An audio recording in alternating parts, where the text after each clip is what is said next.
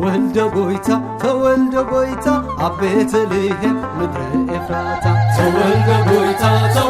ጎይታ አቤተልሔም ምድረ ኤፍራታ ተወልደ ጎይታ አቤተልሔም ምድረ ኤፍራታ ተወልደ ጎይታ አቤተልሔም ምድረ ኤፍራታ ኤሳር አውግስጦስ ተወልደ ጎይታ ምሰውፀት ትእዛዝ ተወልደ ጎይታ ነፍስ ወከፉ ተወልደ ጎይታ ኩሉ ክቁፅር ተወልደ ጎይታ ዮሴፍን ከደ ተወልደ ጎይታ ሕዝቡን ማርያም ተወልደ ጎይታ ኣብ ድንግል ማሕፀን ተወልደ ጎይታ መድኃኒ ዓለም ተወልደ ጎይታ ኢየሱስ ተወልደ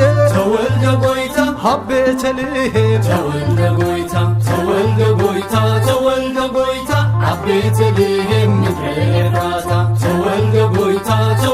ጎይታ ኣብ ቤተልሔም ምድረ ኤፍራታ ኣብ ቤተልሔም ተወልደ ጎይታ ምስ በጽሐ ድንግል ተወልደ ጎይታ መሲሕ ተወልደ ጎይታ ኣብ መብልዕ ማል ተወልደ ጎይታ እንስሳ ኩሎ ተወልደ ጎይታ ብእስትንፋሶ ተወልደ ጎይታ ሃማመቕዎ ተወልደ ጎይታ ንኣማኑኤል ተወልደ ጎይታ ኣምሂሩናዩ ተወልደ ጎይታ ግሩም ትሕትና ተወልደ ጎይታ ፍጣሪ ኩሉ ተወልደ ጎይታ ተወሊዱልና ተወልደ ጎይታ ኣብ ቤተልሔም ምድረ ኤፍራታ ተወልደ ጎይታ ኣብ ቤተልሔም ምድረ ኤፍራታ ትመጀመርያ ተወልደ ጎይታ ቃል ዝነበረ ተወልደ ጎይታ ካብ ድንግል ማርያም ተወልደ ጎይታ ስጋ ለበሰ ተወልደ ጎይታ ትዘይጭበት ተወልደ ጎይታ ዝጭበት ኮነ ተወልደ ጎይታ ትዘይርአ ተወልደ ጎይታ ዝርአ ኮነ ተወልደ ጎይታ ቃል ስጋ ኮነ ተወልደ ጎይታ ርኢና ተዋህደ ተወልደ ጎይታ ኣብ ቤተልሔም ምድረ ኤፍራታ ተወልደ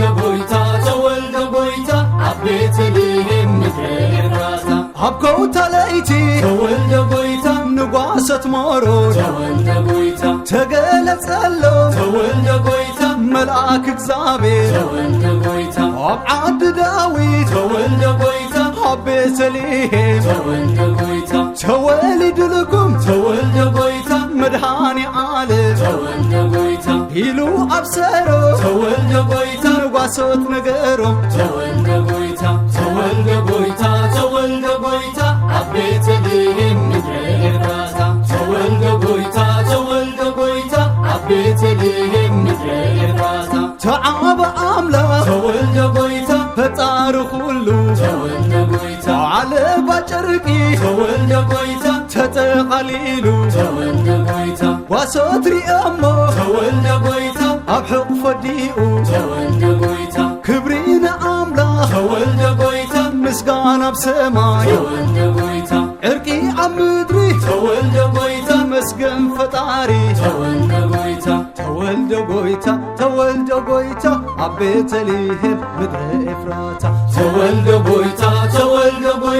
ኣብ ቤተልሔም ምድረ ኤፍራታ ተወልደ ጎይታ ኣብ ቤተልሔም ምድረ ኤፍራታ ተወልደ ጎይታ ኣብ ቤተልሔም ምድረ ኤፍራታ